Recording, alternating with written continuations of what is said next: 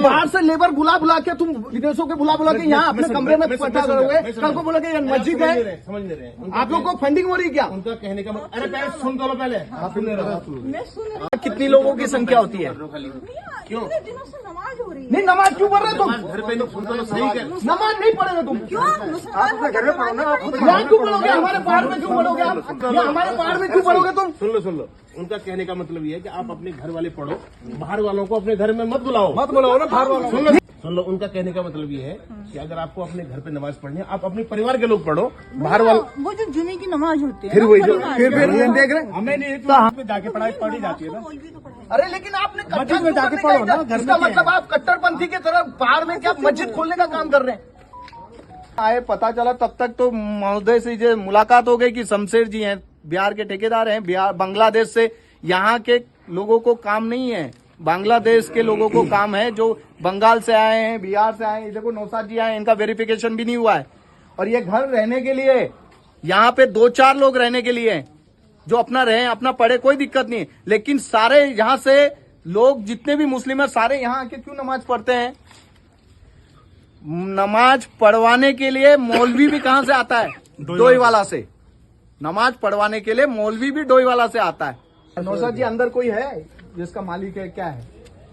नहीं, उनकी दुकान है सही इधर। कहाँ पे? यहाँ पे नमाज पढ़ी जाती है। कितने लोग आते हैं?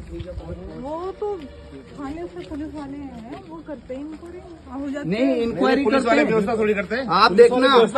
आप देखना ये गलत आरोप लगा रही है पुलिस वालों पे। पुलिस वाले क्या करते हैं? ठीक है ना? पुलिस वाले क्या करते हैं? नहीं, उनकी उससे होती है ना। क्या होती है? पुलिस वालों करे मेरी बात होती है। नमाज पढ़ो यहाँ पे। तो नमाज नहीं करनी। नहीं नमाज, मेरी बात सुनो, मेरी ये बात सुनो। आप करो ना।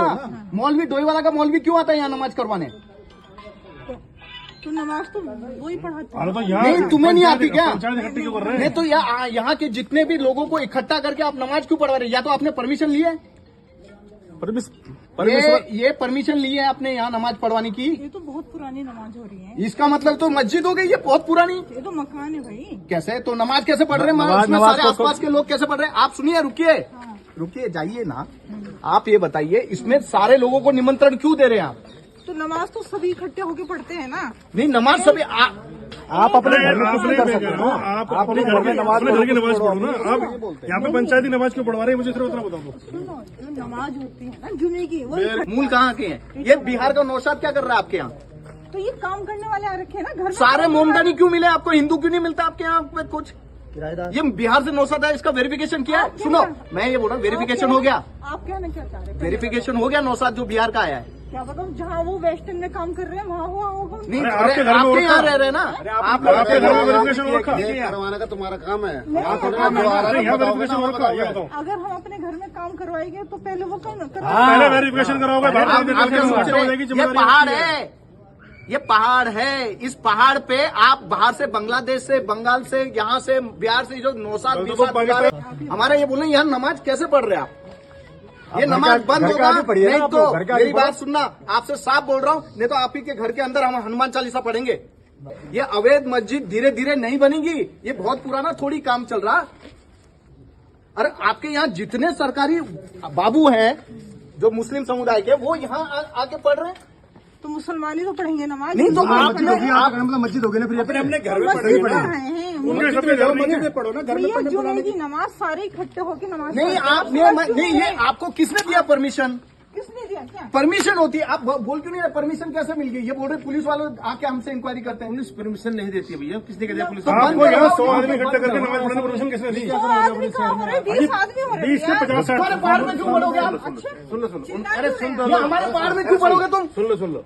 उनका कहने का मतलब ये है कि आप अपने घर वाले पढ़ो, बाहर वालों को अपने घर में मत बुलाओ ना बाहर वालों। नहीं, बाहर से लेबर बुला के तुम विदेशों के बुला के यहाँ अपने कमरे में इकट्ठा करोगे, कल को बोलोगे ये मस्जिद है। समझ नहीं रहे आप? सुन लो। उनका कहने का मतलब ये है कि अगर आपको अपने घर पे नमाज पढ़नी है, आप अपने परिवार के लोग पढ़ो, बाहर वाले। वो जो जुमे की नमाज होती है फिर वही फिर देख रहे हैं। हमें नहीं तो हमारा भी मंगल का हनुमान चालीसा हुआ है, उसमें सब इकट्ठे होकर बोलने गए।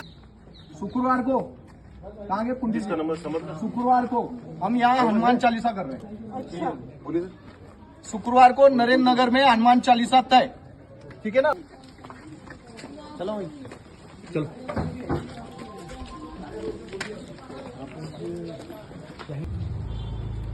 जो इतनों के आगे बोल रही है मजा लेगा, कोई बाद में झेल लेगा जब और आबादी बढ़ेगी। बांग्लादेश से आ गया साला, बिहार से आ गया, नौशाद आ गया, सारे आ गए, सारे यहाँ पे काम करेंगे मुसलमान, और फिर नमाज पढ़ेंगे, फिर कहाँ से झेल लोगे इनको? यहाँ के लोग तो आपके अंदर ना खून यहाँ का ही हो गया एक हिसाब से, लेकिन ये बिहार से जो नौशाद आया इसका खून तो वही है, मदरसे का पड़ा हुआ खून।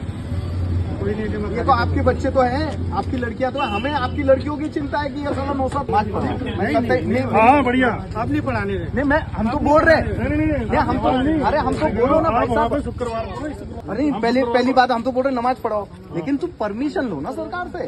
वो कर सकती है ना इस काम की, इनलीगल नमाज। और जहाँ पे नमाज पढ़ी जाती है वो जमीन वक्फ बोर्ड की हो जाती है। तो भैया बाद में हो ही जाएगी, धीरे धीरे यही है आपकी वक्फ बोर्ड की जमीन तो यही है ना।